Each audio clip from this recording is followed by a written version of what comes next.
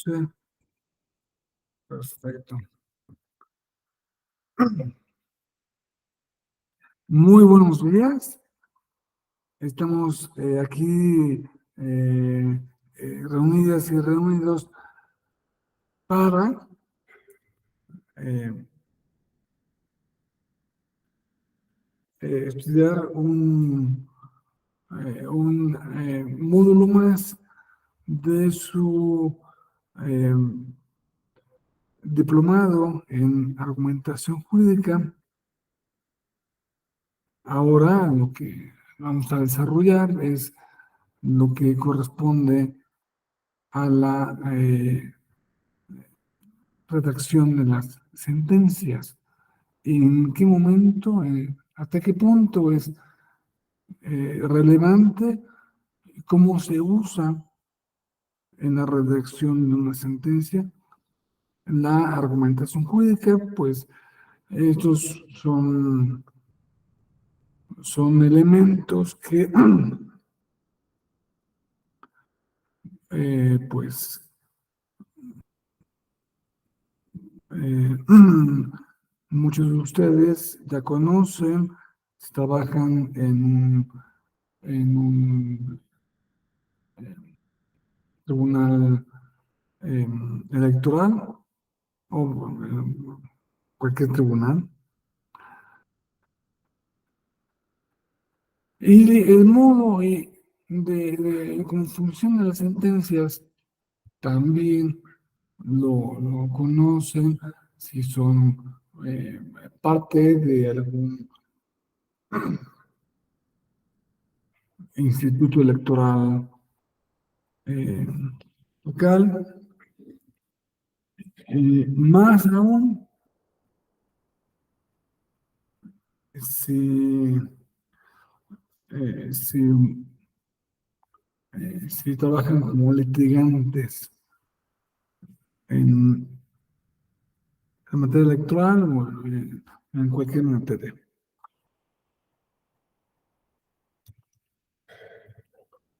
Ustedes saben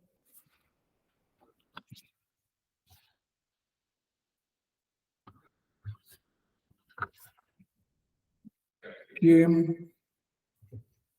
en la argumentación es un aspecto importantísimo, no solo para la redacción de las sentencias, no solo para la formulación de una, una, una demanda, de una contestación, de una demanda, está presente cuando se articulan las pruebas en la presentación de, de, de los alegatos o de cualquier pieza intelectual que pretenda convencer a alguien, convencer al juez de algo, convencerlo de algo.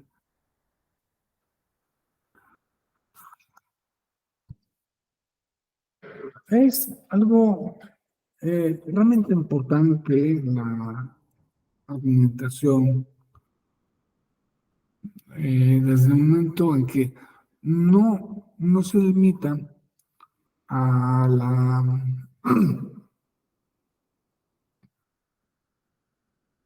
como les decía, al mundo judicial,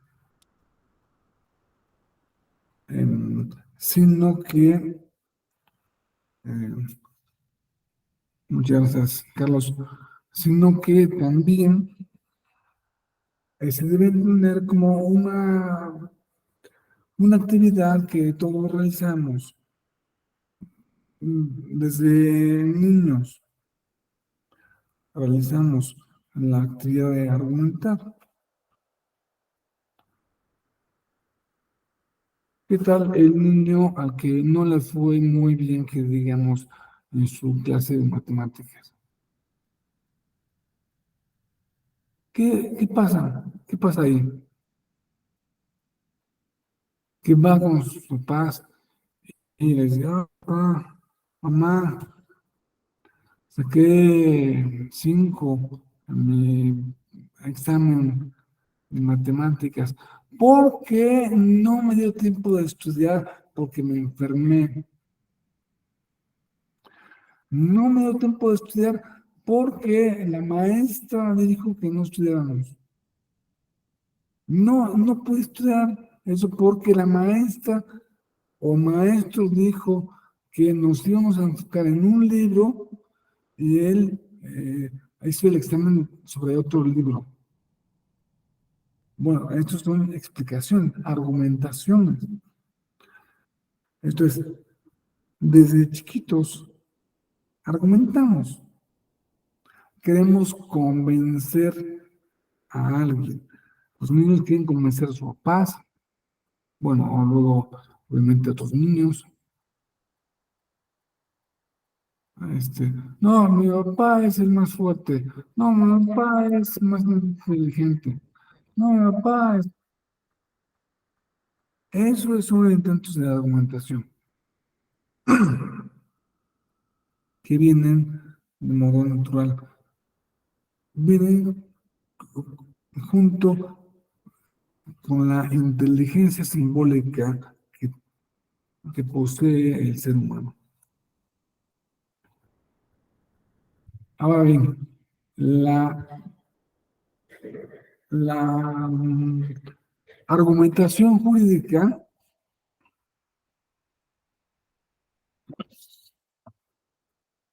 tiene las particularidades de gustar de una pluralidad metodológica, una multifocalización argumentativa, ¿no? La pluralidad metodológica se refiere a que el juez, y lo vamos a ver más aún, no solamente el juez, todos los preparados jurídicos pueden acudir a muy diversos métodos de argumentación, muy diversos enfoques, muy diversos modelos, muy diversos, muy diversas maneras de estructurar razonamientos que, que coexisten dentro de una misma sentencia, dentro de una misma demanda, dentro de cualquier operación jurídica. A ver, es muy claro en los casos de iniciativas de ley. Yo quiero modificar esta ley, o quiero que implantar esta ley, porque A, B, C, D, porque H, D, I, J, K.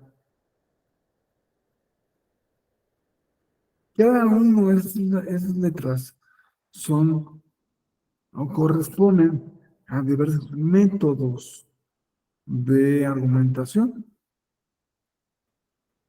Por ejemplo, el método que vamos a analizar un poco más detenidamente más tarde, el método inductivo, deductivo, método abductivo, analógico, pragmadialéctico, método tópico, método retórico. Todo esto son armas que cuenta el juez para llegar a sus respectivas conclusiones.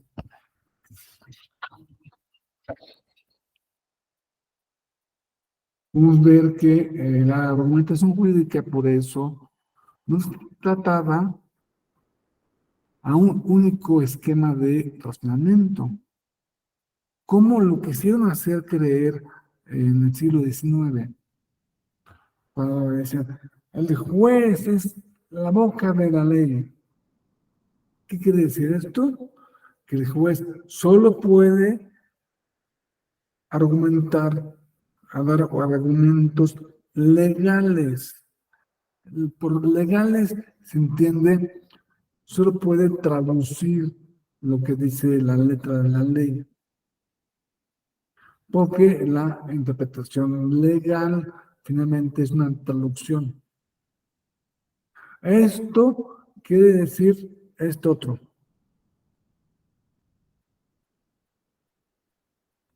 Ahora, ya desde hace mucho tiempo, nos separamos de estas necesidades formalistas y el juez puede argumentar de la manera en que mejor se le ocurra, de la manera en que mejor le dé su capacidad jurídica.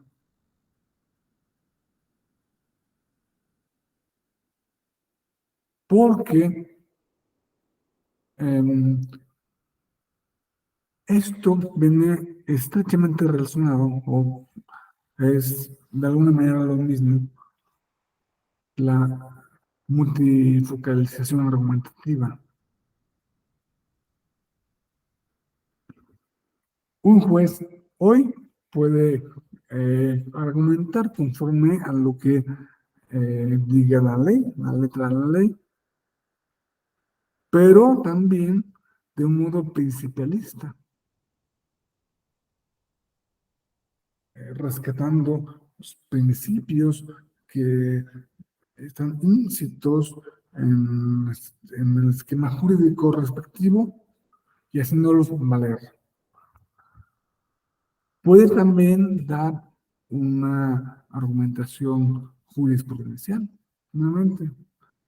Yo digo esto porque ya otros jueces antes o yo mismo dije esto en el pasado. Y pues, para no contradecirme, para aplicar eh, una eh, para no perder el principio de seguridad jurídica, no puedo separar mi argumentación de las anteriores. Eso es el sistema de precedentes, el sistema jurisprudencial. Pero también puede acudir al consecuencialismo. También puede argumentar un juez de una manera deontológica. Esta norma se debe interpretar de esta manera porque es el deber, el deber en cierta manera ético que plantea este dispositivo normativo señala en este sentido. Gran parte de las resoluciones en pro de la igualdad de género tienen esta argumentación deontológica, porque es bueno que extendamos eh, una mayor total de igualdad a las mujeres. Porque es bueno que comprendamos la igualdad que tenemos las personas que sufren discapacidad con las que no sufren discapacidad, las migrantes y las no migrantes, las que tienen una raza, los que tienen otra raza determinada.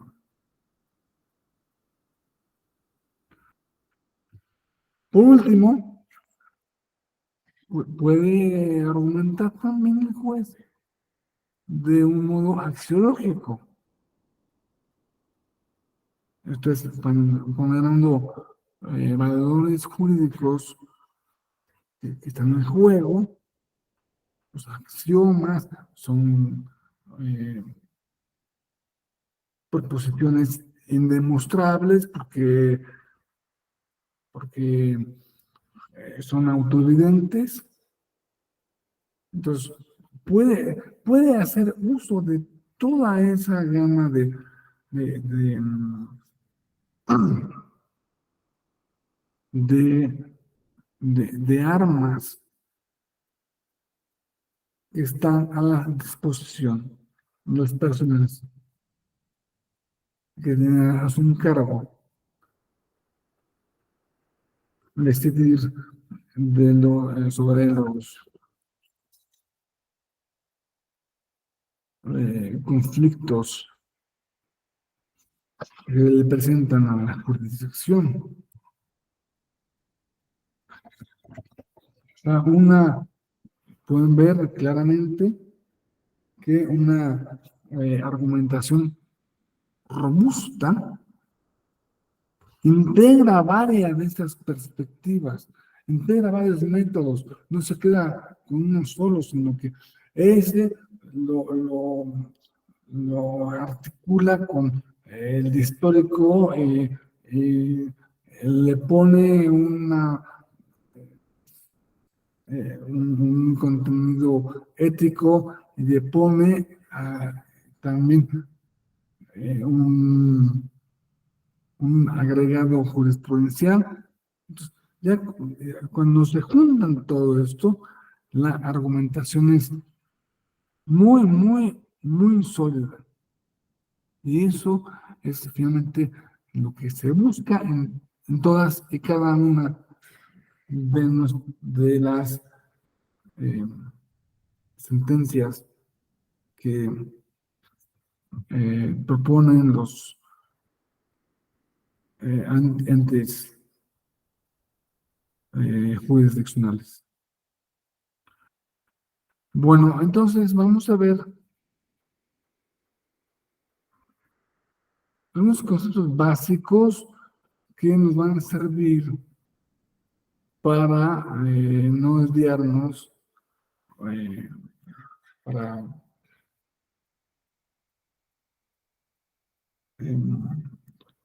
fundar desde ellos nuestra reflexión sobre la argumentación jurídica. Y la argumentación jurídica, no cualquiera, sino la que se impacta en las sentencias.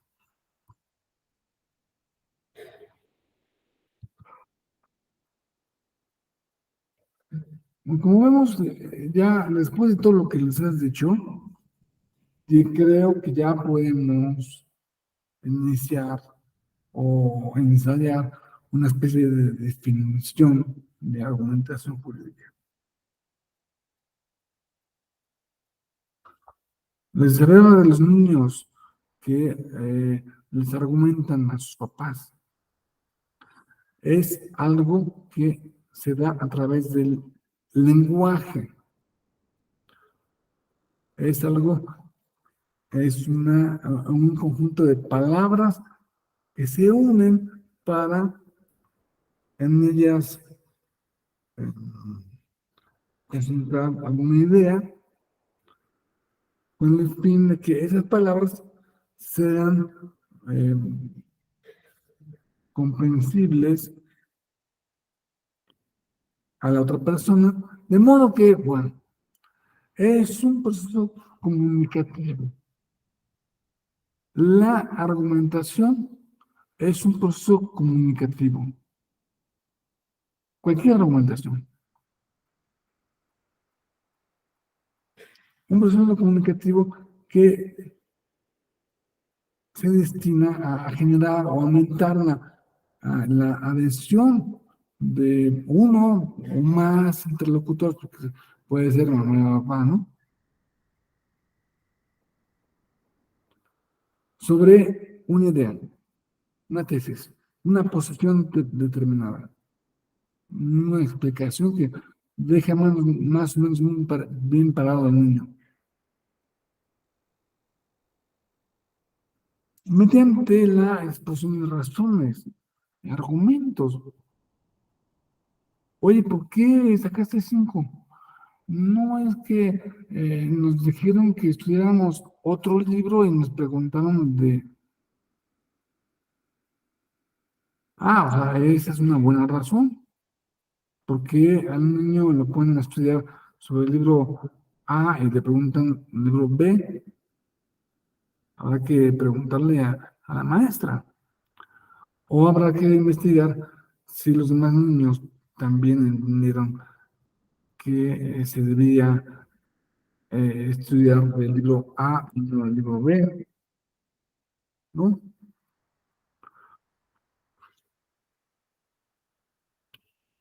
Es un proceso comunicativo que tiene un fin. El fin es convencer a alguien a través de razones, argumentos que justifiquen una idea, una tesis como aceptable, válida, viable.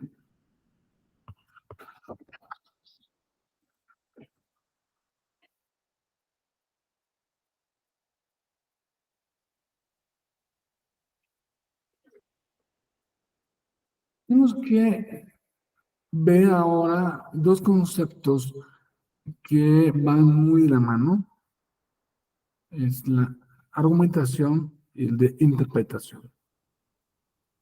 Argumentación, pues, es mm, i- interpretación. La interpretación es un proceso intelectivo pasivo, pues busca desentrañar el sentido de algo, mientras, por otro lado, la argumentación no es totalmente intelectiva, no es totalmente intelectual, tiene una parte intelectual, sí, claro, claramente son ideas que tienen que ir lógicamente bien construidas, pero también tienen que convencer. No es, la argumentación no es puramente intelectual, sino algo también práctico. ¿Cómo te convenzo? Hay veces que es más importante el convencimiento por alguna X razón que eh, que la misma razón intelectual. Pues aquí podemos ver eh, muchísimas cosas. Podemos ver que esto es justamente lo que hace la propaganda política. Te intenta convencer, no con razones. Es más, a los políticos pocas veces les interesan las razones. Los políticos quieren convencerte, captar tu imaginación. De modo que, pues, seas un poco de su tribu, te sientas identificado con el conjunto de, de- de principios que dicen, que sostienen, que ya hemos visto recientemente que, pues, la verdad es que la mayoría de las veces dicen una cosa y luego cambian de opinión. Oye, ¿por qué no cambias de opinión? O sea, si supiera que ibas a cambiar una opinión, pues posiblemente tampoco voto por ti, ¿no? Pero pues,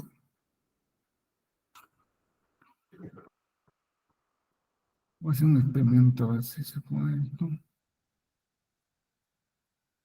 Bueno,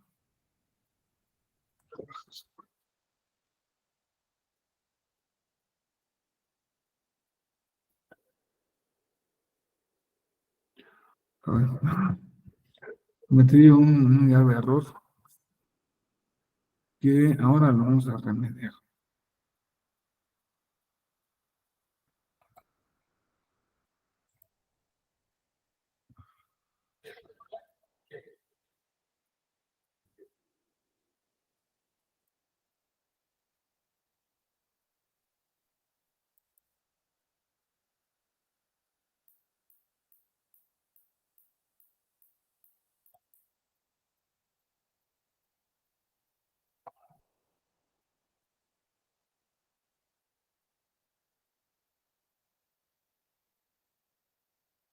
Bueno,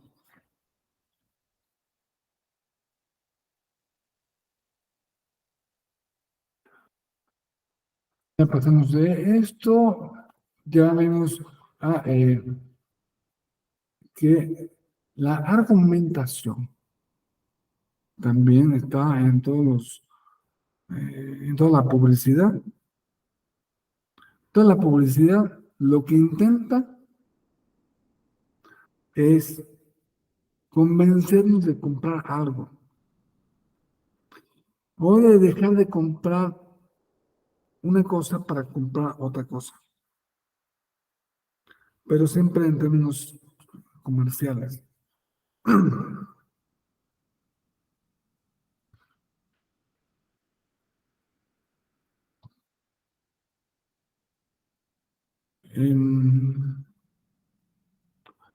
Veamos la diferencia entre argumentación e interpretación. Por último, con quiero decirles, a ver, la interpretación es como la otra cara de la argumentación. La otra cara porque es un proceso intelectivo que se dirige a desentrañar el sentido de una norma, de una realidad jurídica, porque puede ser eh, algo mucho, muchísimo eh, compleja. Bueno, la interpretación es parte fundamental de la decisión judicial,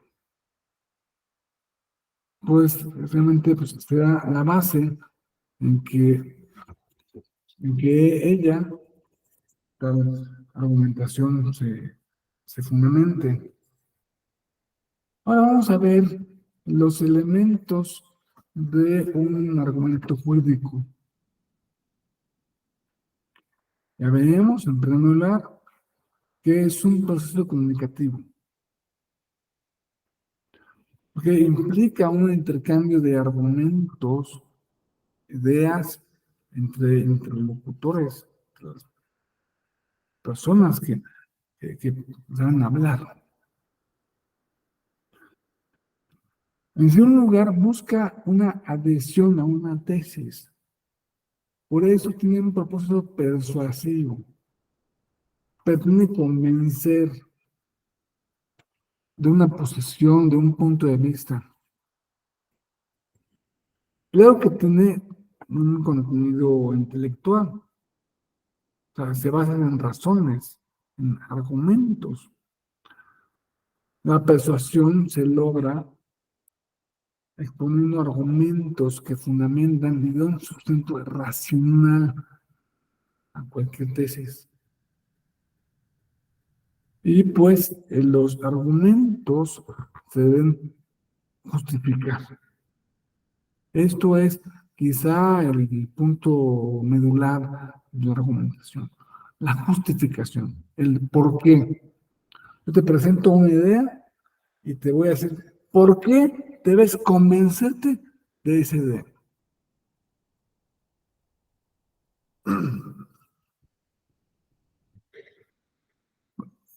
Tienen que mostrar la tesis como aceptable,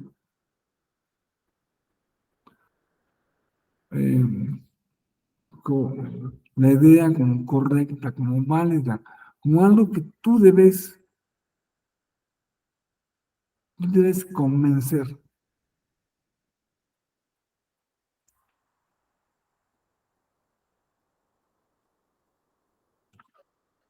Otra cosa es que, pues, los interlocutores pueden ser uno o más. No es eh, bidireccional, puede ser tridireccional, como cuando un niño va a convencer a papá y a mamá de por qué sacó 5 en su materia, como cuando el juez, cuando dicta su sentencia, va dirigida no solo a las partes, eso es muy importante. El público de una sentencia no son solamente las partes, el INE y el candidato. Es el INE, el candidato, los demás, eh, los demás órganos del Estado que deben obedecerlo, puede ser un,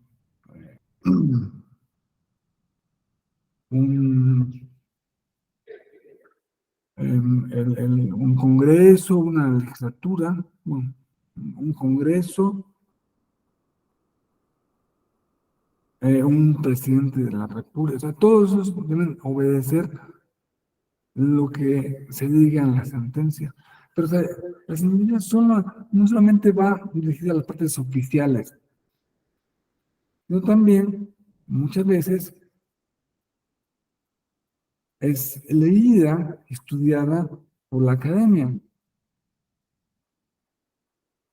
Los académicos ven, pues, ¿por qué dijo esto este tribunal? Y esto que dijo es contradictorio con esto o no es, o va a la misma línea argumentativa que estaba perfilándose desde hace 25 años.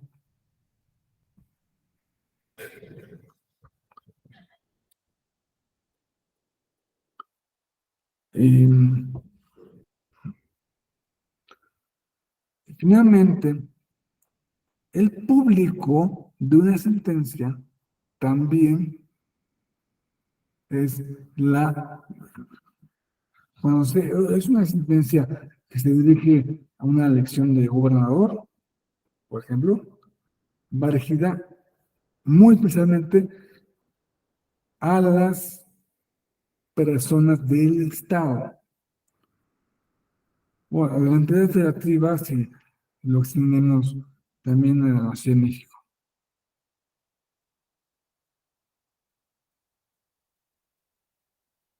o va dirigido a todo el país.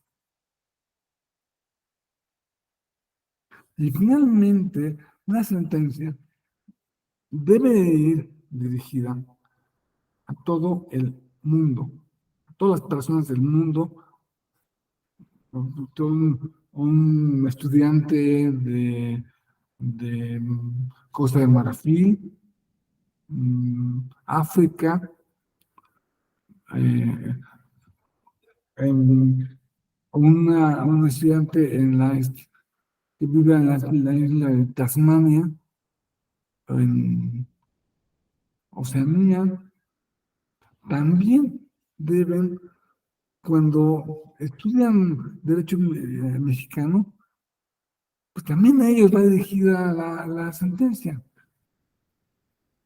También ellos deben leer, deben estudiar la sentencia. También los otros organismos judiciales del mundo, buscando una comparación. Mira, lo que hizo también la Corte Mexicana fue, en este caso que se parece mucho al nuestro, fue tal.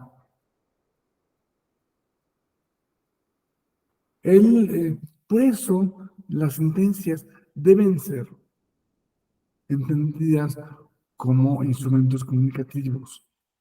En primer lugar, comunicativos que se dice que está el juez, el órgano jurisdiccional, está hablando con todo el mundo. Debe ser algo muy bien cuidado.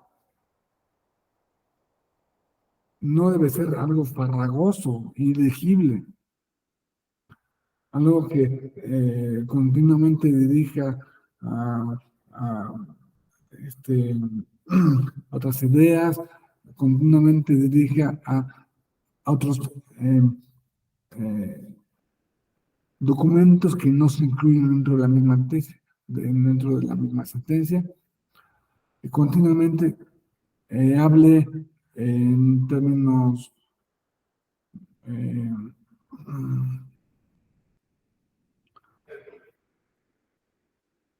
eh, técnicos poco comprensibles para leer la gente. Debe ser un elemento muy bien cuidado. Aparte de la argumentación jurídica, también admite grados de adhesión. Yo te quiero convencer, pero yo sé que como va a elegir tanta gente, no a todo el mundo convenció de la misma manera. No todo el mundo está convencido de la misma forma. Hay mucha gente que no se convence para nada, que se convence un poquito, que se convence en eh, algún elemento, otros no, otros que se convencen de la conclusión, pero no de los argumentos, otros de los argumentos, pero no de la conclusión, otro de los argumentos, pero solo de una de las conclusiones, no de la otra. O sea, la adhesión admite muchos grados. Y por eso existen los votos particulares. Por eso, al final, si un, si un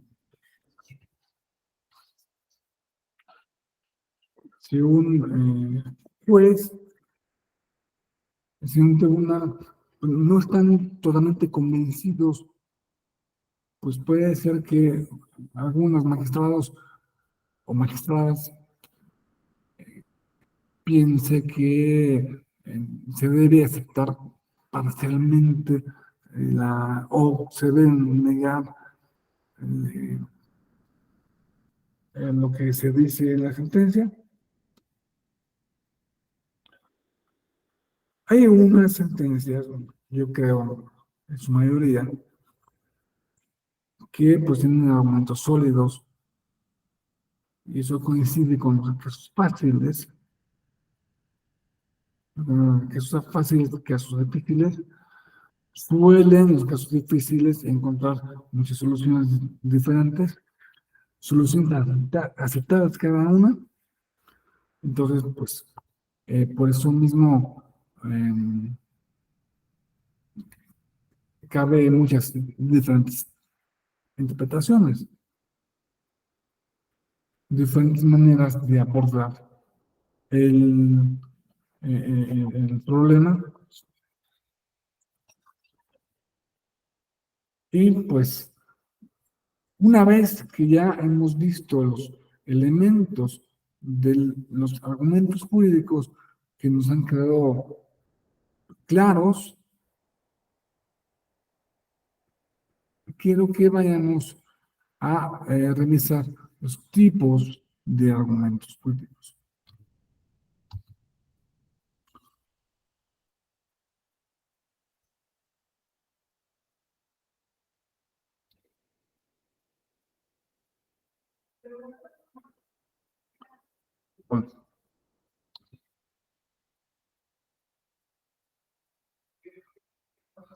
Bueno, esto lo dice uno de los filósofos más importantes que se que tienen que han surgido en la filosofía jurídica eh, en los últimos tiempos, de los últimos 70 o 80 años, que es Caín Perelman. Nos dice claramente la lógica formal, el papel de la lógica formal, el papel de las ideas, el papel de la coherencia, es hacer que la conclusión sea solidaria con las premisas, solidaria. Pero en la lógica jurídica, entendida como una retórica, entendida como convencimiento, no solo, no solo en el plan en el mundo de las ideas, sino en el mundo también, en el ámbito de las de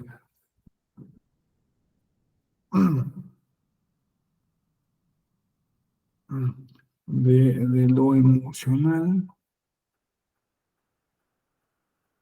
es mostrar o es hacer que las premisas sean aceptables. Si vemos de lo que se quejan, de lo que se acusan unos partidos y otros, es básicamente de lo mismo. De lo mismo. No es que tú eres ineficiente, estuviste 70 y 90 años y no hiciste nada. No es que tú eres ineficiente porque llevas 5 años sin hacer casi nada. No es que tú estabas enredado con el narco. No es que tú en tus votaciones, en las elecciones, te basas por la fuerza del narco. No es que, ¿no? Las mismas ideas. Y depende de cómo se planteen, uno se convence o no se convence.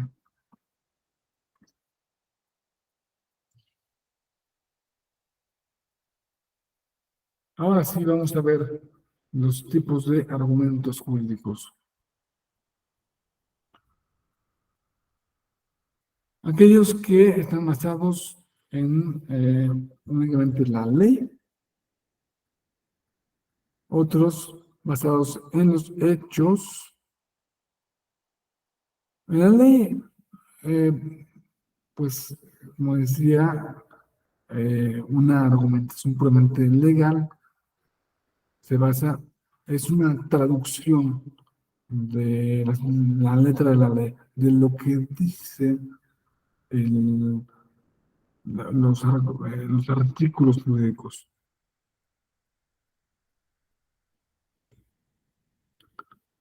Cuando la argumentación está basada en hechos, es aquella que estamos poniendo en pruebas. Es aquella que tiene una conexión con la realidad, porque las pruebas son aquello que conecta el mundo, eh, el mundo teórico con el mundo empírico.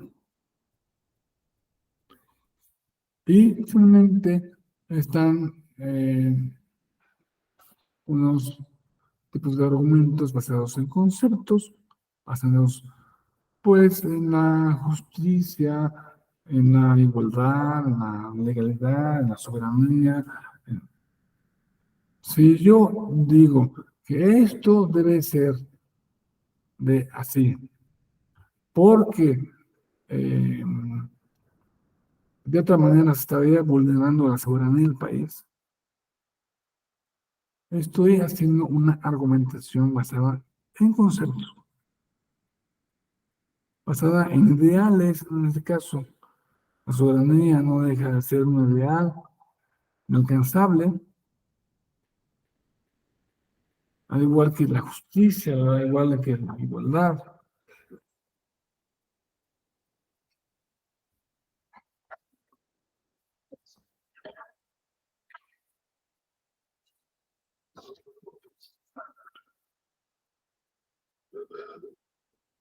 Entonces podemos ver que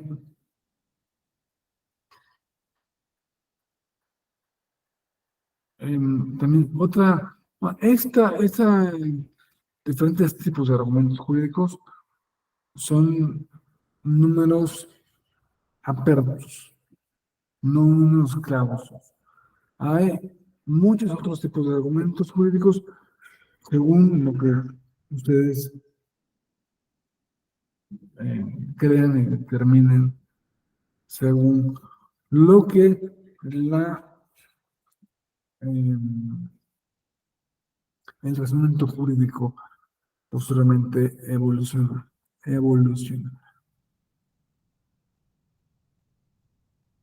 Me gustaría que viéramos también un concepto muy importante que es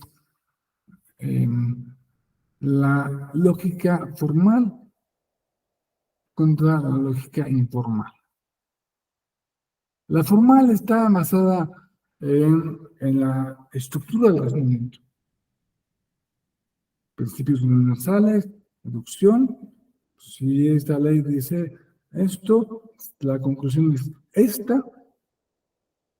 Por lo tanto, yo emito o me baso en un principio universal del cual deduzco una, eh, una conclusión. En cambio, el informal, la lógica formal, no solo está basada en la forma, en la estructura del razonamiento, sino en el contenido del razonamiento.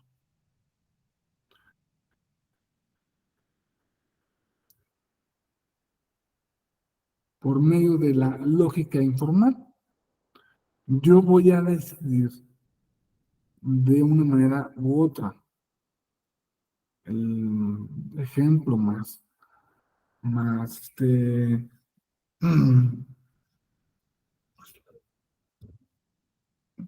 bueno, un ejemplo muy claro es aquel pueblo en Europa del Este, que pues estaba en las montañas, que estaba rodeado de bosques, y que tenía una estación de tren, pasaba un tren por ahí. En la estación de tren decía claramente, aparte en varios idiomas, una cosa que es que vendría siendo un artículo de su reglamento. No se puede entrar con perros. No se puede entrar con perros en 10 idiomas para que todo el mundo quede claro. Pero pues entonces, luego un día se presenta un campesino con un oso y pues quiere entrar a la estación, y el policía no lo deja entrar. ¿Por qué no me deja entrar? Porque, mira, usted puede leer, aquí dice que no se puede entrar con perros. El campesino, hombre, o sea, usted haga lo que quiera, pero esto no es un perro. Esto es un animal muy diferente a un perro. Que sí, que no, que no, que sí. Siga ese caso a tribunales, ¿qué postura defenderían? ¿La postura del policía o la postura del campesino? Si aplicaran la lógica formal, estrictamente formal, deberían hacerle caso al campesino, porque en ningún lado dice que no se puede entrar con, con, con osos. La prohibición va dirigida a los perros. La lógica informal, en cambio, eh, hace uso de pues, algunos instrumentos como la analogía. A ver, tú, em, sí es cierto que aquí solo dice perros, pero dice perros porque quiere referirse a esto, quiere referirse a que no haya otros animales que pueden molestar a los humanos que están ahí, que se suben al tren. Y tu oso claramente es un animal que puede molestar a otros humanos que suben al tren. Bueno, pues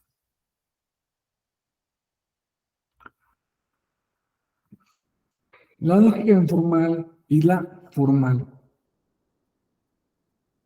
son dos elementos que se deben combinar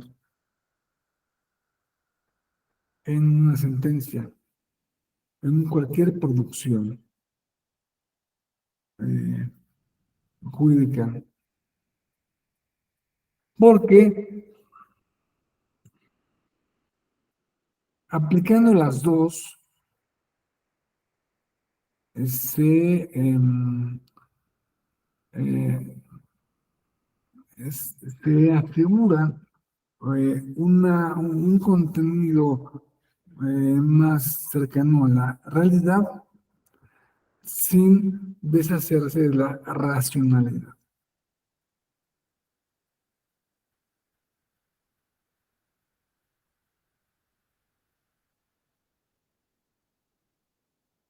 Bueno, vamos a ver, ya que vimos lo que una, unos estudios introductorios sobre lo que es la argumentación jurídica.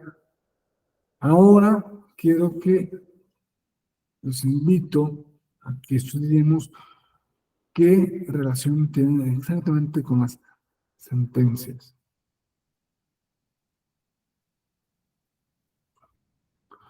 Para esto, los invito a ver cuál es la estructura más o menos general de una sentencia. Una introducción que ocupa media página, una exposición o los resultandos, que es la exposición de qué es lo que pasó, en los considerandos, que vendría siendo la argumentación que propone el juez, que da pie a una resolución.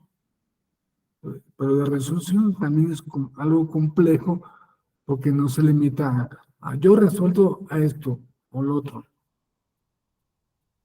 También la resolución tiene la parte probablemente la decisión y lo que se llama el pie. El pie que vendría siendo como una cosa que está o incumbe a toda la sentencia. Ya vamos a ver enseguida qué es cada cosa.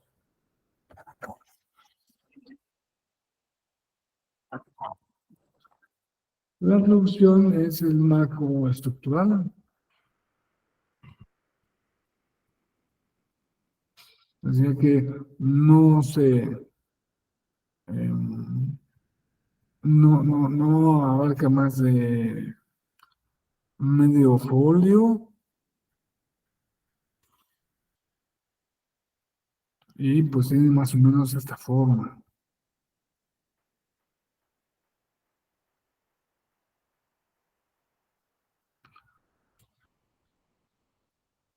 Aquí podemos ver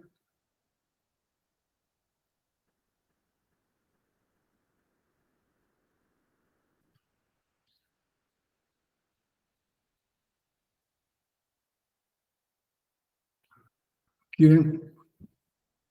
incluye en esta parte, primero, qué tipo de medio de impugnación. Porque no es lo mismo un JDC que un RAP, que un JLI, que un GIN. Cada uno tiene sus reglas diferentes y sus particularidades que se distinguen. Luego viene pues, el expediente que se forma, es algo que crea las sentencias. Bueno, los expedientes, por lo general, las demandas se presentan ante la autoridad competente. La autoridad competente lo que hace es recibir esa demanda, recibir las pruebas y dar una contestación. Hay ocasiones en que la autoridad competente dice, ay, sí, fíjate, sí es cierto, y hace lo mismo que, que estaba demandando el actor. En ese caso, se queda sin materia de juicio, ¿no? O sea, ya no hay palea. Pero la mayoría de las veces no. La mayoría de las veces, no, yo quiero que mi decisión, lo que dice, siga siendo así como lo dije yo. Por esa razón, o sea, presenta a la demanda y a las pruebas que ya presentó el actor, se le añade la contestación en forma de informe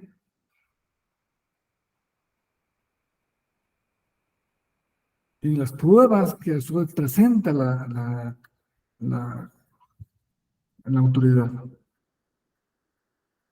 La autoridad da unos días, da para que vengan los posibles terceros eh, interesados. Si viene un tercero interesado, añade sus argumentos, ya se añade todo eso, todo este paquete se presenta ante el tribunal. Se recibe en la Secretaría General de Acuerdos. Es bueno, en, en la oficina de partes, que el oficial de partes se lo transmite la Secretaría General de Acuerdos, que recibe expedientes,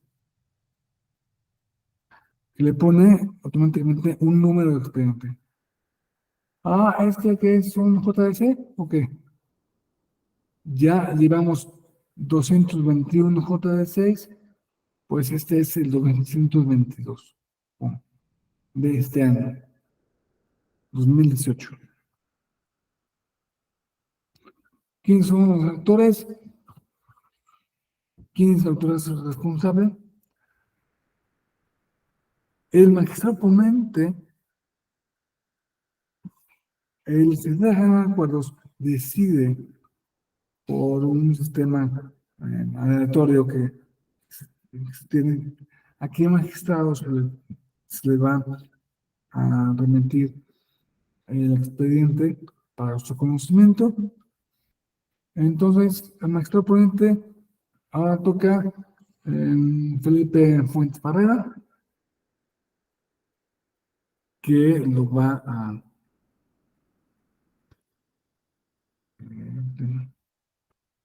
Cuando llega la ponencia de Felipe Fuentes Barrera. Felipe Fuentes Barrera, pues su equipo, pues, tiene mucha gente. Solamente una ponencia puede ser pues, hasta de 25 personas, lo mínimo, pues sean 17, 18 personas, pero es mucha gente porque les transmiten muchos casos y no puede verlos todos la misma persona. Tiene que confiar en su personal.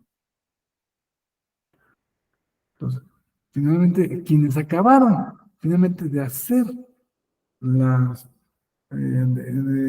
¿cómo se dice? De jalar el lápiz, fueron los secretarios.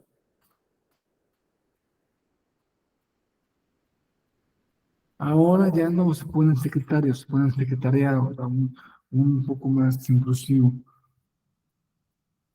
Y si hay algunos colaborantes, bueno, y eso es la primera parte. Posteriormente se pone la ciudad, el tipo de organismo y la fecha. Y luego, vistos para resolver los autos a rubro indicado. Es decir, como la sentencia es la última parte de un proceso judicial,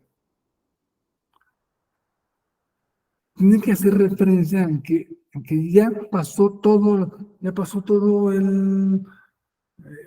etapa de instrucción, todo, ya pasó todo. Entonces, bueno,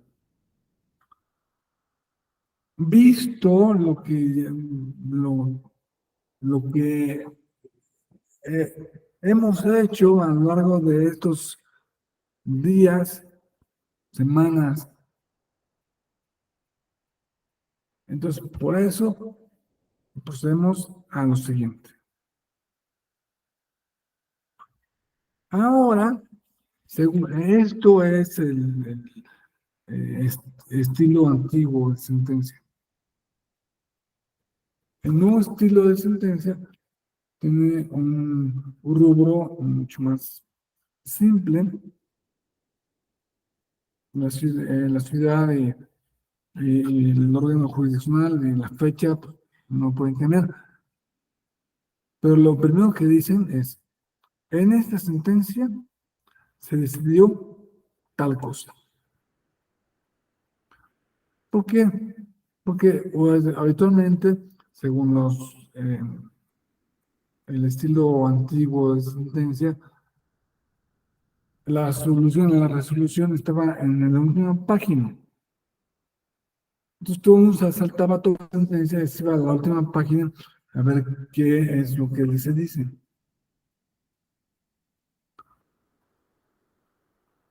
Y esto le quita fuerza comunicativa, lo hace más engorroso. Lo primero, lo más lógico es, ya voy a llegar a esta conclusión, ¿no? Voy a llegar a la conclusión de que el actor estaba en lo correcto o no estaba en lo correcto.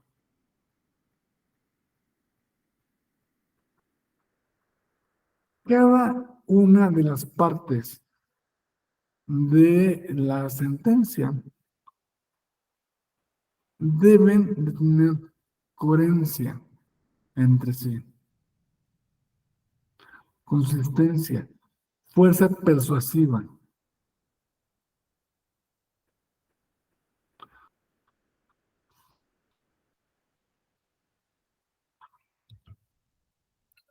Debe ser coherente también esa parte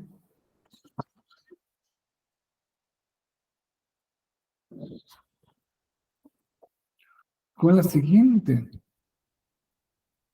con la exposición. La exposición pues, es el resultado famoso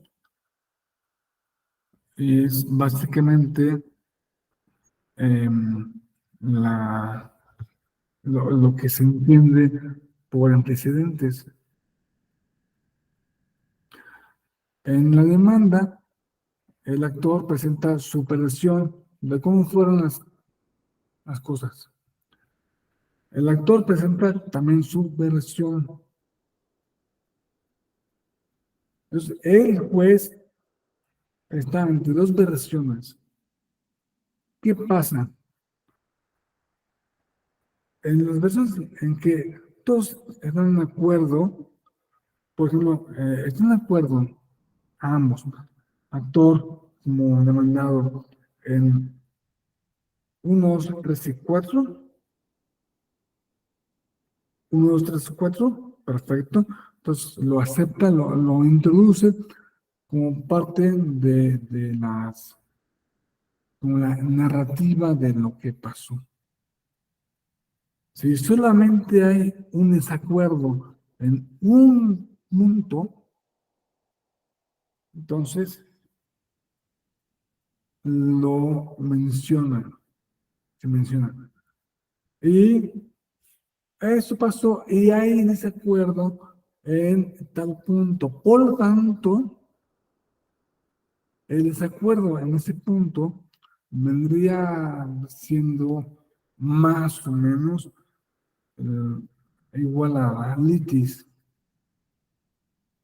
No siempre, pero vendría siendo em, todo debe tener una correlación con lo anterior y con lo posterior. Deben ser las mismas partes, deben ser el mismo tipo de medio de impugnación, debe ser la misma fecha, debe ser el mismo día, el mismo, porque si son contradictorios, pues no vale nada esa sentencia. Y aparte de la relación de coherencia con las otras partes de las propias sentencias, debe tener una coherencia interna.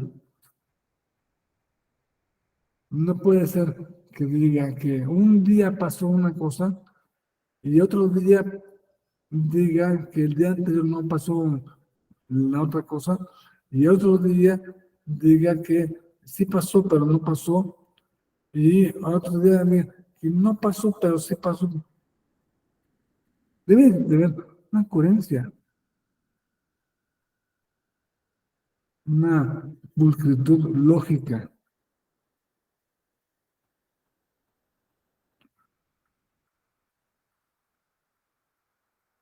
Vamos a hacer una pequeña pausa, creo que son las 12:14.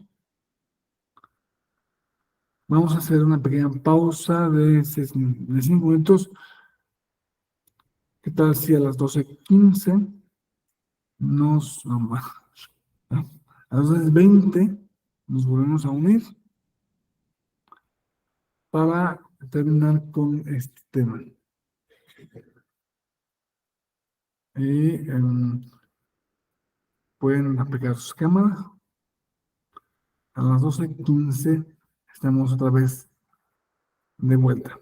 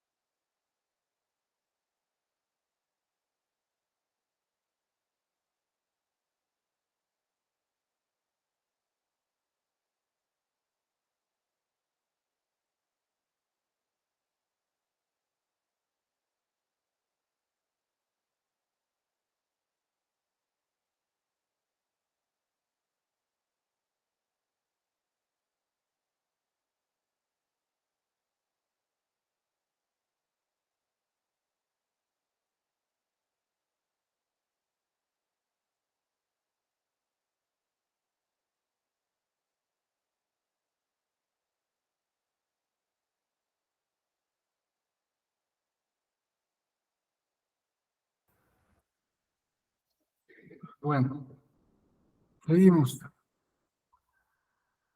Disculpen esto. Gracias por su paciencia.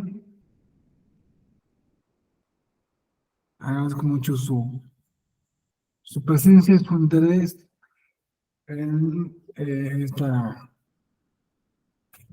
clase. Bueno, después de la exposición,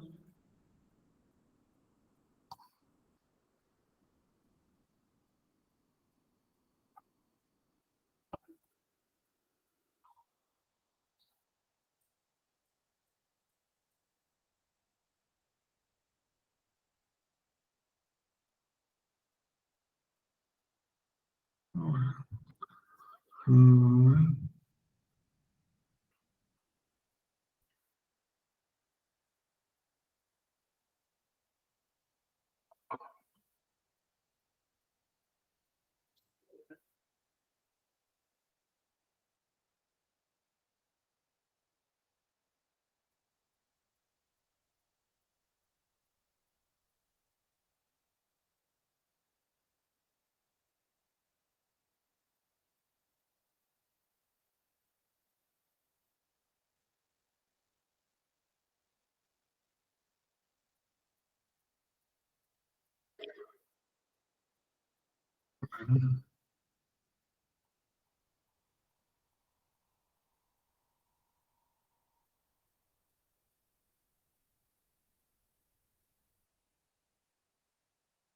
pues, así, pues muy novato.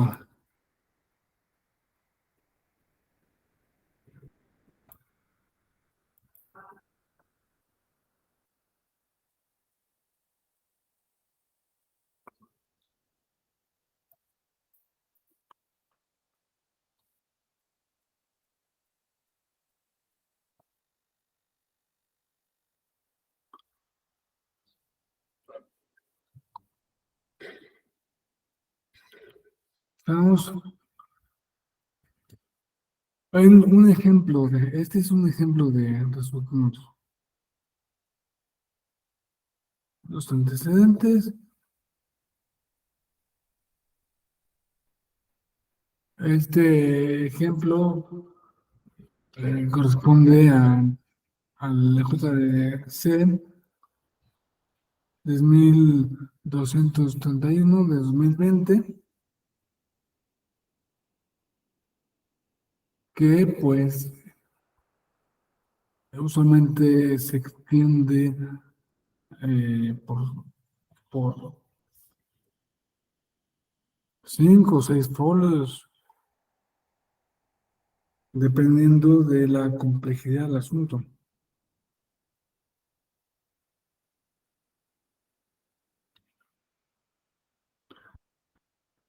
Luego, ya llegamos al considerando. El considerando es la argumentación judicial, que obviamente tienen que tener una coherencia, una lógica interna, coherencia con el resto de la sentencia. No se puede argumentar. Si antes habló de un JDC, ahora vamos a argumentar en lo que se va a hacer en nuestras ideas sobre el rap. No, a ver, tiene que ser lo mismo, es muy de sentido común, ¿no?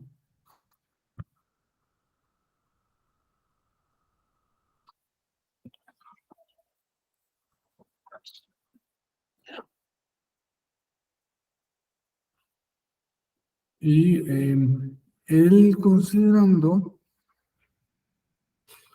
es la voz del juez.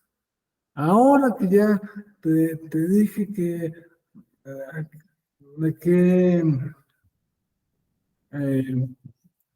medio de impugnación me refiero, ahora que te dije ya la fecha, ahora que te dije ya los antecedentes, voy a decirte mis palabras. Y las palabras comienzan habitualmente con una decisión sobre la competencia del propio órgano, y pues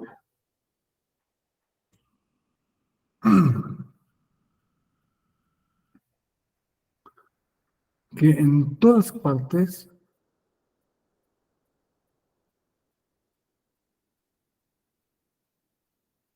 en todas las partes, repito, se eh, busca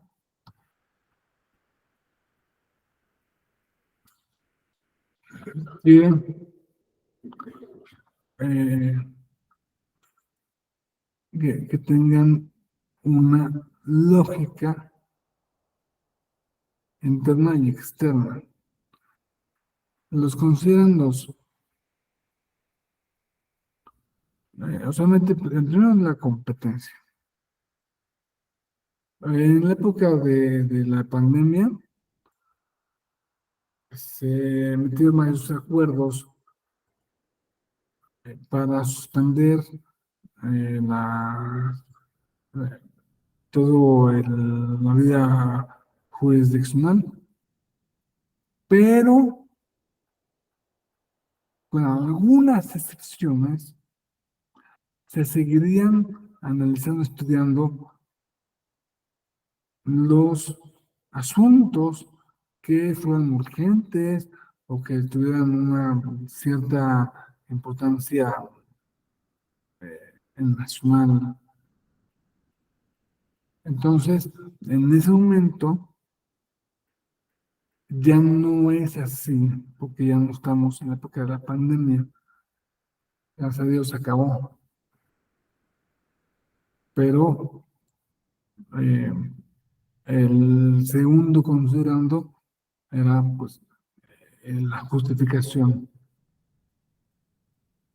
para resolver el asunto en sesión no presencial, porque no había sesiones presenciales de ninguna forma.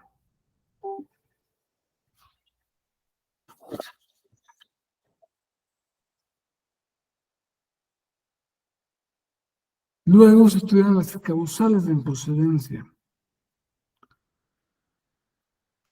Esta demanda se debe, se debe aceptar o se debe rechazar, porque esta es procedente o improcedente. Hay ciertas causales de improcedencia que pues ustedes ya las habrán visto en algún otro módulo. En procedencia, el estudio de fondo. Ahora sí, voy a empezar, ya que acepté todo, ya que dije que yo soy el competente, en que tú, tu demanda sí es digna de ser estudiada, procedo a estudiarla.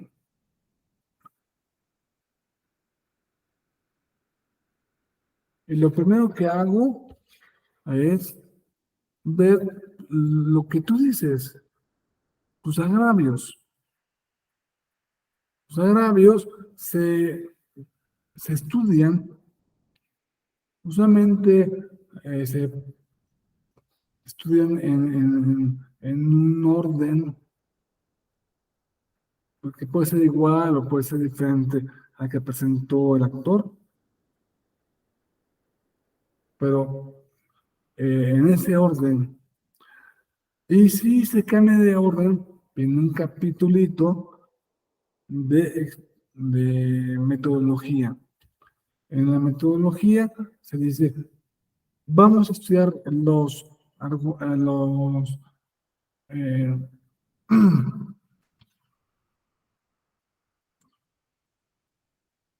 los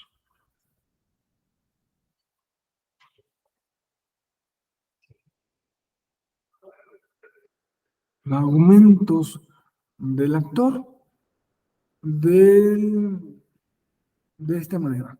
Primero, los que se refieran a algo de violación constitucional, después a los que se refieran a las leyes federales y luego las leyes locales, o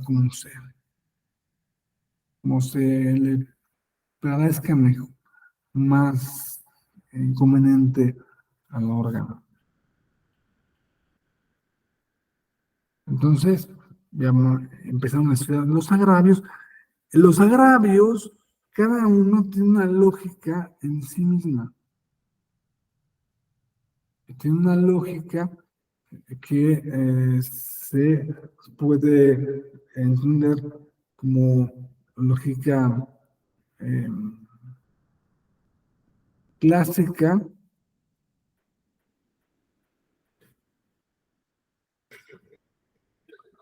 como una lógica de argumentación. Una argumentación que viene siendo una deducción.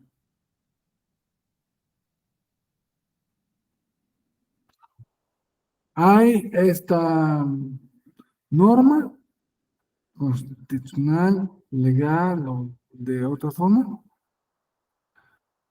La autoridad hizo esto y yo creo que se viola la,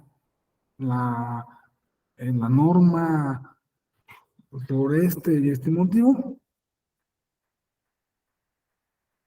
Y por lo tanto, yo quiero que em, dejes sin validez o anules o te pronuncies negativamente respecto a eso que hizo la autoridad.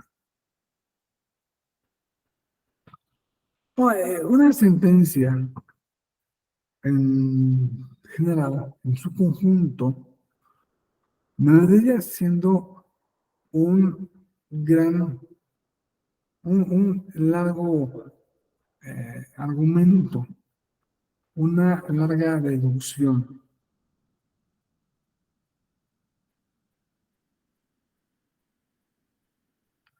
con subrazonamientos, como los son cada uno de los agravios.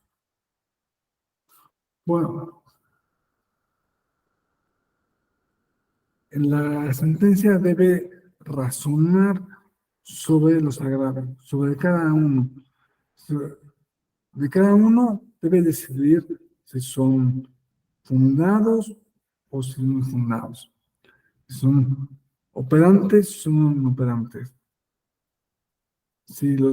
O si es fundado pero inoperante, o en fin, ahí no vamos a referirnos a todo lo que se refiere a los agravios, es otra clase diferente.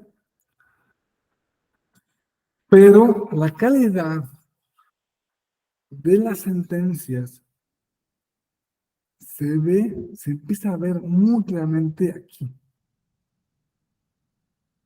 Debe tener una lógica,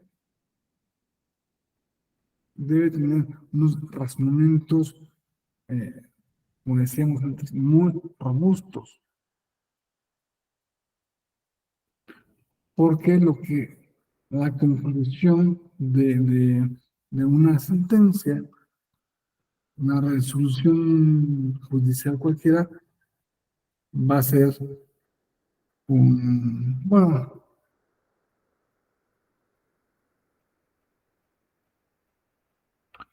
esto es otra manera de seguir viendo lo- lo, eh, los resolutivos, ¿no? Em, los considerandos,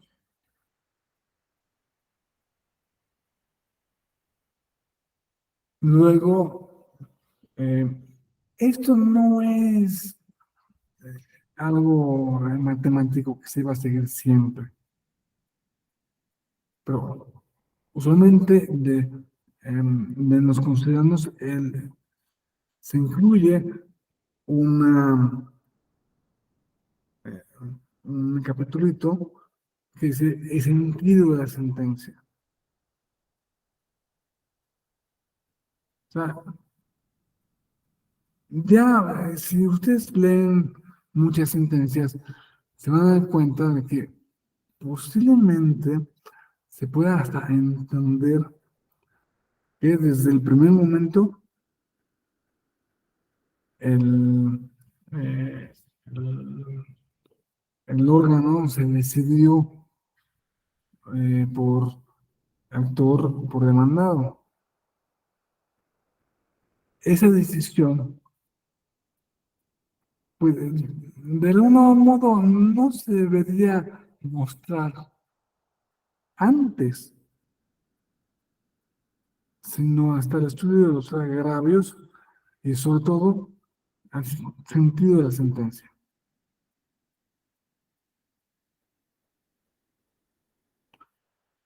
¿no? Que decide que los agravios resultaron fundados, infundados, operantes, inoperantes, etcétera. Y como conclusión, solo queda la resolución, que es la consecuencia del gran silogismo que es la sentencia.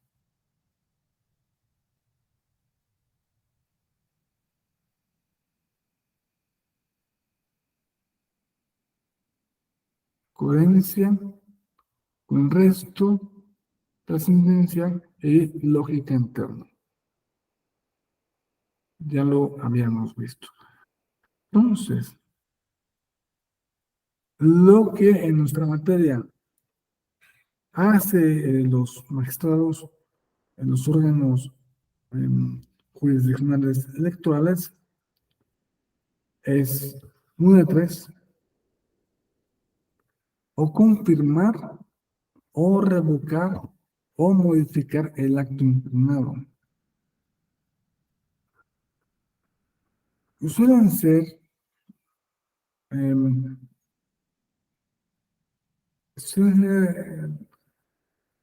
complejos. Se confirma una parte, pero la otra no. Otra se revoca. Se modifica una parte, pero no se modifica otra. Y se modifica en un sentido o se modifica en otro sentido. Habitualmente, todo esto no se escribe en la parte de la resolución, sino que la resolución dice, se modifica en los mismos términos que veníamos explicando antes. Se revoca parcialmente en los términos que se expusieron antes. O se confirma, ¿no? Entonces, esto que esto tiene su origen en que el derecho electoral originalmente fue una parte del derecho administrativo. En el derecho administrativo solo hay dos partes, la parte em, de la autoridad y el particular.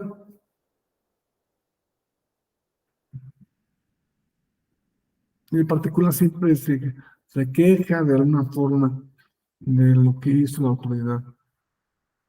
Y el juez administrativo confirma lo que dijo la autoridad, revoca o lo modifica en ciertos términos.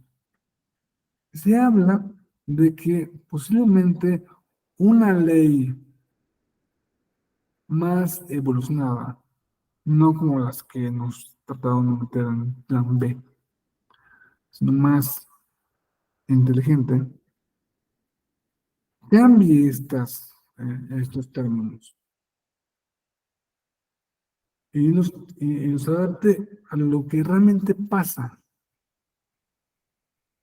No solamente esto de se confirma, se revoca o se modifica, quizá no es exactamente lo que suceda en los hechos. Habrá que preguntarle, traer a alguien que sepa que, se, que, que de los que hacen todos los días, proyectan, firman sentencias y sentencias para que nos diga, ah, hombre, a ver, ¿tú cómo la cambiarías? ¿O lo dejaras así? ¿O qué cariz le darías? Porque el derecho electoral ya no es una parte del derecho administrativo, ya, ya es una rama independiente desde hace 30 años.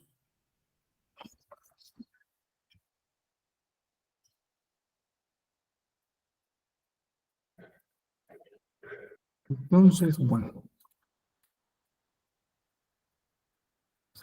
hacemos que el resultado se notifica, se confirma y se queda una instrucción. La instrucción es notifíquese. El órgano está instruyendo a su Secretaría General de Acuerdos a que se notifique. Antes, ¿de qué modo se deberían notificar? Antes, sea personalmente o por estrados o por, bueno, ahora se le deja el criterio del propio secretario de Estudio y Cuenta, secretario general de Acuerdos, para que él, que sabe de esto, pues sepa, decida de qué forma se tiene que notificar.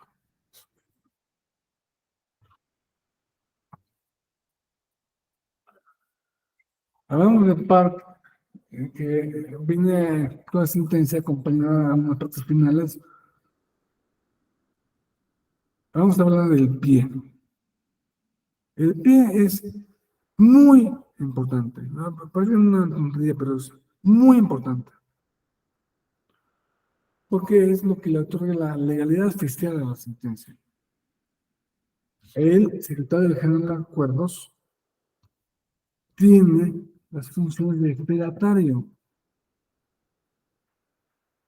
tal cual, o sea, como un notario público, un actuario, también tiene las funciones de dar fe pública. Entonces, dice, en la sentencia, yo, como secretario general de Acuerdos, doy fe que los magistrados fulanos votaron en tal sentido. Los magistrados fulanas son en tal otro sentido. Yo doy fe. Yo le doy validez oficial a este documento. Y pues, además del pie, yo le doy fe a vienen los votos particulares o concurrentes. Voto particular es cuando no está de acuerdo para nada el magistrado o magistrada en el sentido de la sentencia y pues no está bien por estas razones. O los votos concurrentes en los que se dice, estoy de acuerdo en la conclusión, pero no en el desarrollo de las ideas, porque las ideas se deben haber desarrollado de otra forma, como yo digo.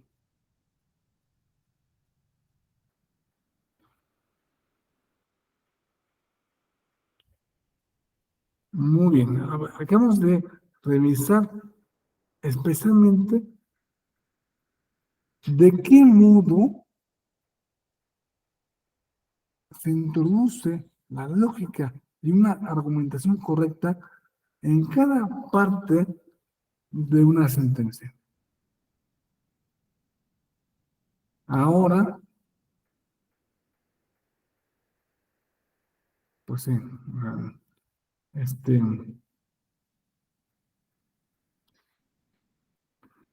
quiero que veamos los métodos de razonamiento que pueden tener las sentencias.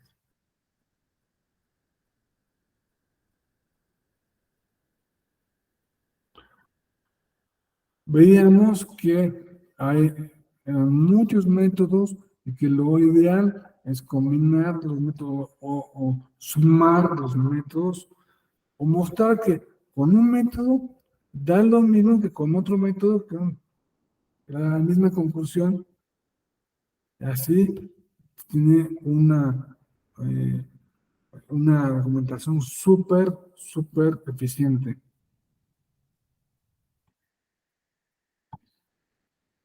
La lógica clásica, la deducción.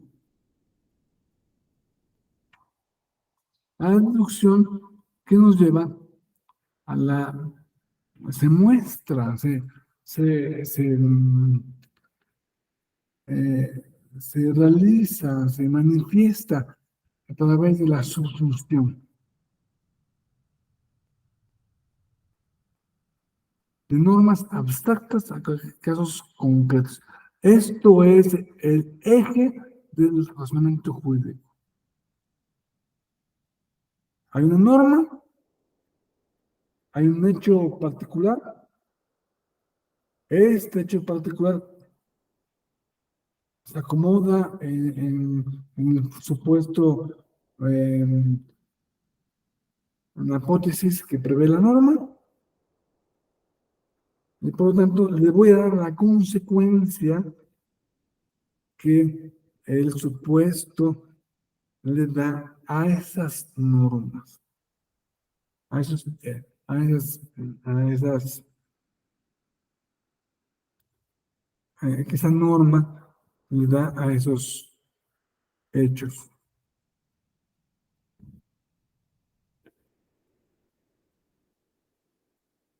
Si hay una ley que dice que no se puede votar si no tienes 18 años, llega un niño de 17,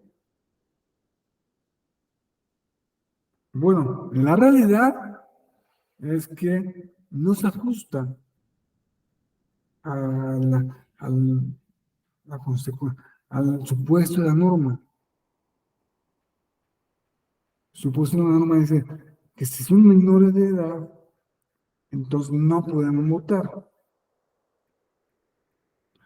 Entonces, a través del mecanismo de la subfunción, llego a la conclusión de que ese niño de 17 años no tiene todavía derecho al voto. Espérate unos meses y los tendrás. Como el resto de mayores de edad, tenemos derecho al voto activo. También la lógica clásica nos da pie a lo que es la deducción, a la inducción, que nos permite extraer principios generales a partir de precedentes.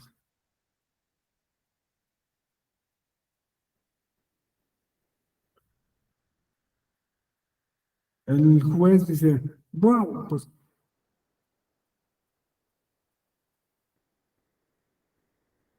se ha presentado tal caso, el tal caso, y tal caso, y tal caso, tal caso, y tal caso. Se ha decidido lo mismo en todos los casos. Por lo tanto, podemos considerar que eso es una forma de ley, es una forma de creación del mundo de derecho. Se induce en derecho. Eso tiene unas normas lógicas que no vamos a entrar ahora, pero no es tan sencillo. El juez no puede hacer eso así como así. Lo tiene que hacer de un modo muy,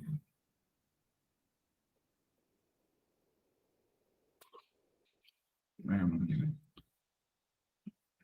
muy dirigido. Tan- Aparte de la lógica clásica, tenemos la lógica difusa. Mediante la lógica clásica la inventó Aristóteles. La lógica difusa la inventó un matemático que se llama Lotfi Sade, que es un eh, matemático iraní,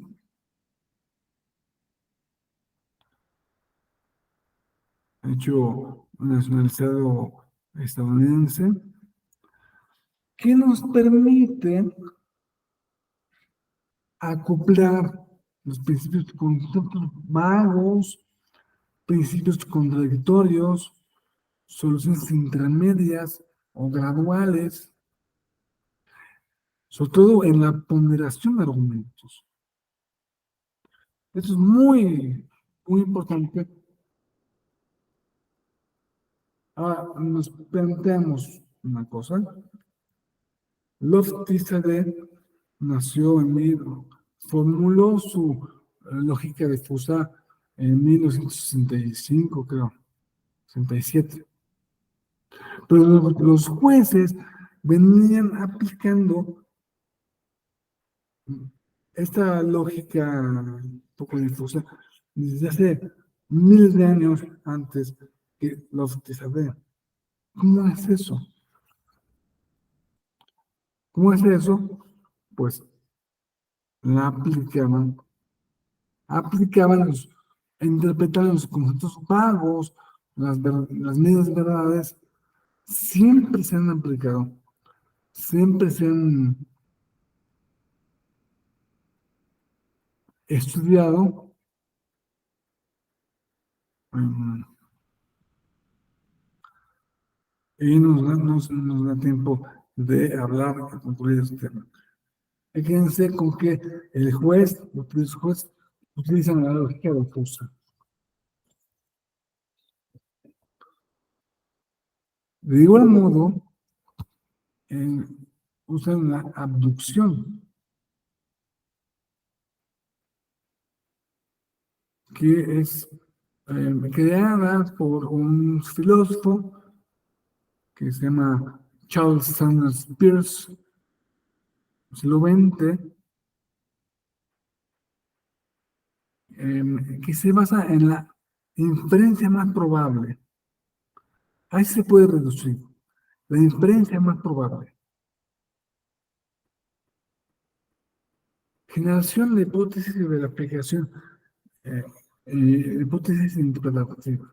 Es lo que hacen los investigadores, los fiscales, cuando dicen, pues tenemos 3 líneas de investigación. 3 líneas de investigación. Esto es razonamiento aductivo, porque se generan hipótesis que posteriormente se pueden eh, destruir o confirmar.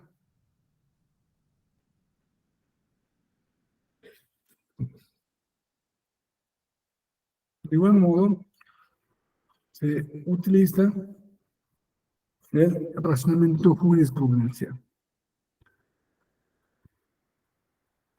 Esto no se debe confundir con el razonamiento eh, inductivo, con los precedentes. Tiene parte de los precedentes, pero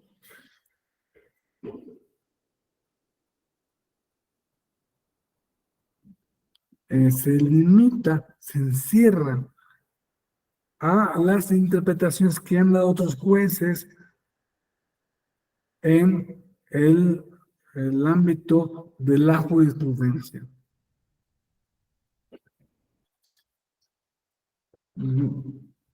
Entonces, va a resolver cómo resolvieron los otros jueces. Sin embargo, en el repertorio de herramientas argumentativas no están únicamente esas que les dije.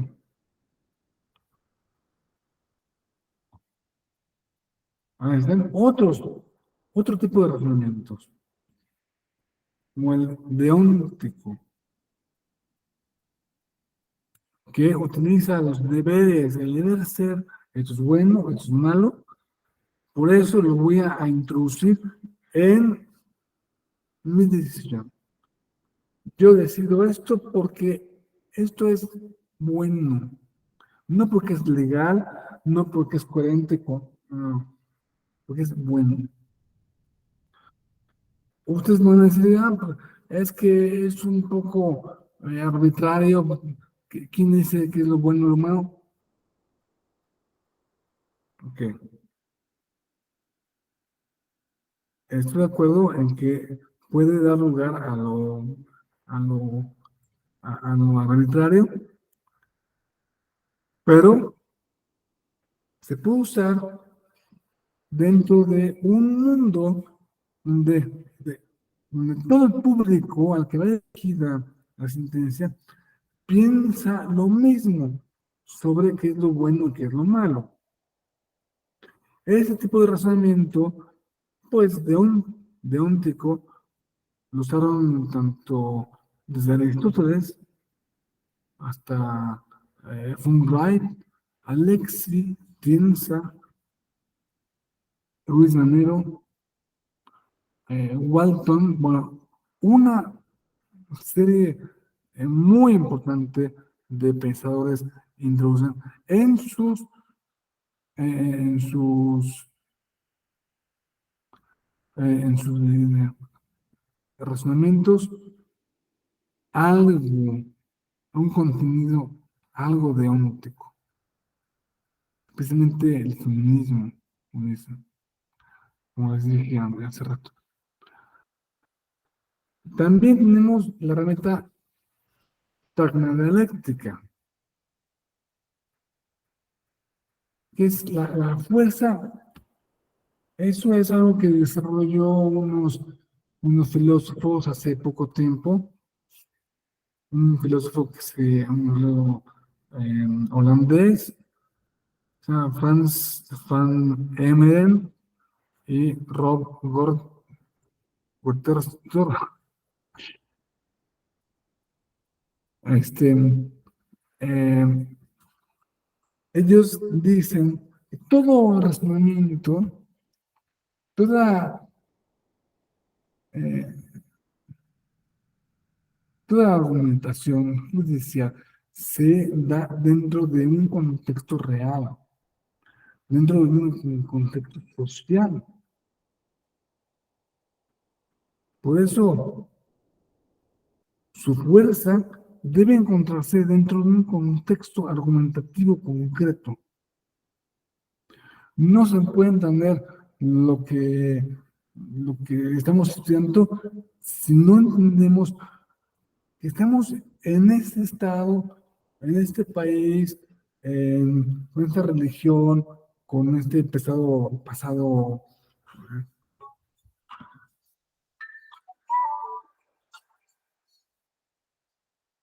con este pasado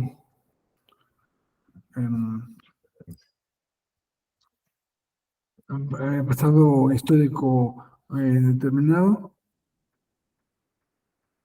Entonces, pues, se debe entender que estamos en ese contexto. Por eso debemos interpretar, debemos acudir a herramientas pragmáticas y dialécticas. También tenemos la que se conoce como narrativa. La narrativa presenta hechos y razonamientos articulándonos en una historia diferente. No es exactamente los silogismos, la concatenación de silogismos, sino que es la fuerza que tiene una narración que nos va llevando de una idea a otra. Esto se usa mucho en sentencias que derivan casos complejos, que permite una reconstrucción integrada de los diversos elementos para fundamentar una decisión.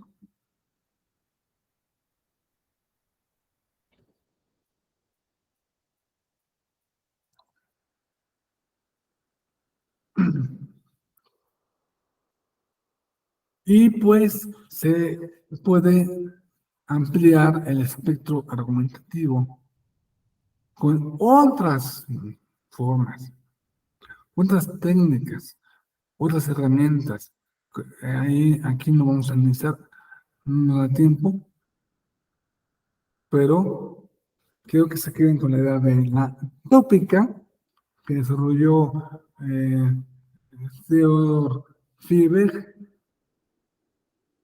la retórica que desarrolló Cain Perelman y las combinaciones que aquí no vamos a resumir todo la filosofía del derecho del siglo XX y XXI, pero que se entienda que un juez tiene un gran arsenal a su disposición para eh, decidir razonablemente lo que mejor le que parezca, o lo que mejor haya convencido a él.